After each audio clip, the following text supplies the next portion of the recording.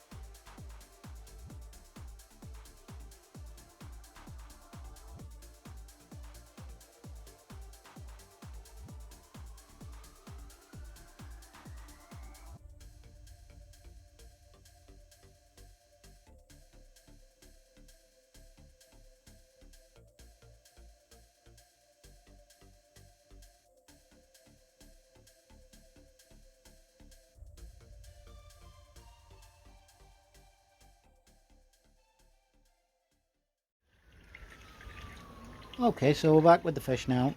So basically what I'll do, I'll take the fish out the box, leave it in the bag, put the bag into the pond on the surface, just to float on the surface, just to equalise the temperature between the water in the bag and the pond water. And then I'll give that 30 minutes, 40 minutes or so. I'll come back and we'll get the fish out and have a look at it.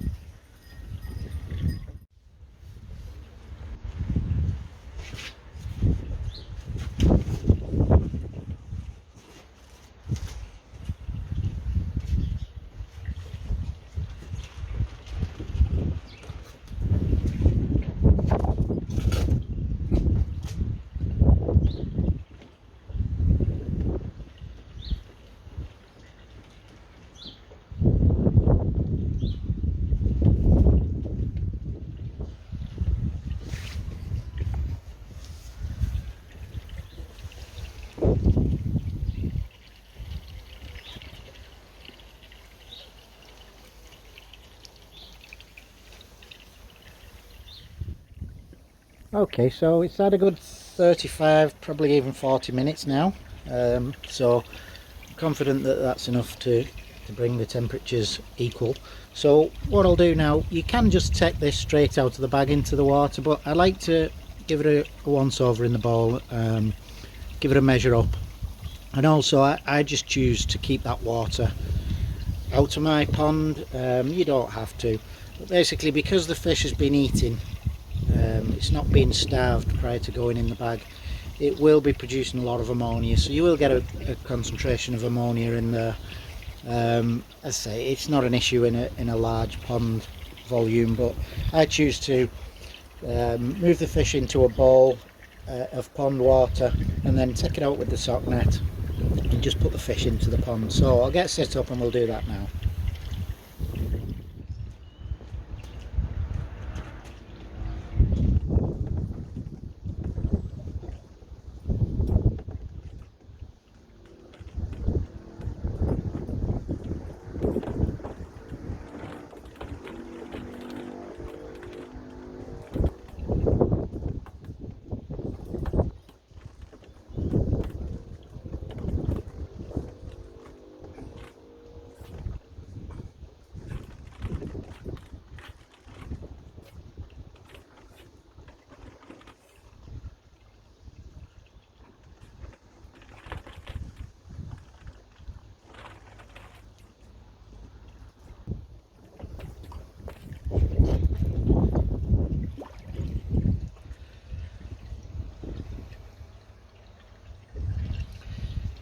Okay, so there we go. So you can see, probably, maybe you can pick up on the video,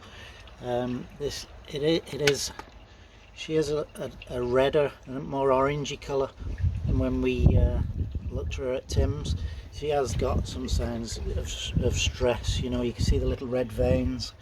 So there is a bit of stress there from the ordeal of being caught up and left in the bag.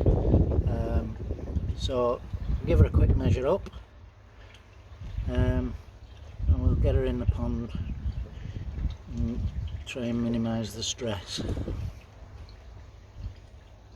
I don't know if you can see on the camera the red eyes. Probably not.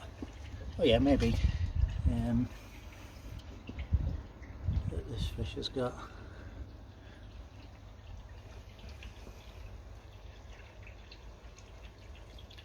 Looks to be about 41, 42 maybe.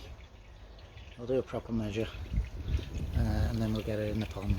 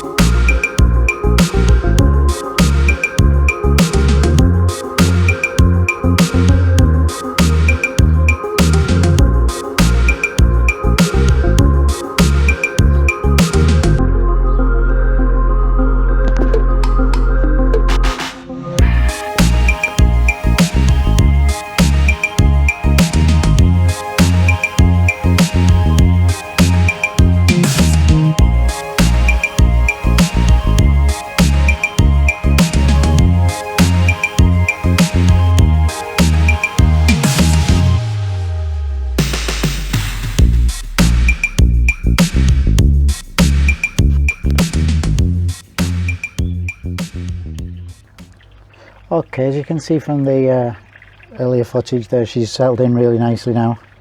It's obviously going to be a very friendly fish. She eaten some food within 10 minutes of going in, so a sign that she's not too stressed from all the ordeal, and the colour is now back to how she was at Tim's, so no redness or signs of stress at all. So yeah, absolutely bang on. I didn't mention earlier, and I meant to, I completely forgot, also just check your pH as well. A big shift in pH, a big sudden change of pH can be very harmful to koi, so just make sure your pH is somewhere close to the pH of the dealers that the fish is kept in. And if it's not, when you float the bag to equalize the temperature, you can introduce a little bit of water gradually as well to just adjust the pH a little bit slower than just putting the fish straight in. So these koi now will come out next weekend. I'll have them all, catch them up and give them all a quick measure up and a quick once over, just to make sure they've come through the winter unscathed. So watch out for that. I do that at this time of year, just coming into spring, and then I repeat that again at the end of the growing season, so end of September, beginning of October. Take them out again, give them another measure up and a photograph, so I can see how they've grown over the summer, and also just to make sure they're in good shape going into the winter. So that is it for this video. If as always, if it's been useful to you, if you've enjoyed watching it, do please hit the like button. Do subscribe so you don't miss any future videos. Got a lot of stuff coming up, and until the next time, take care.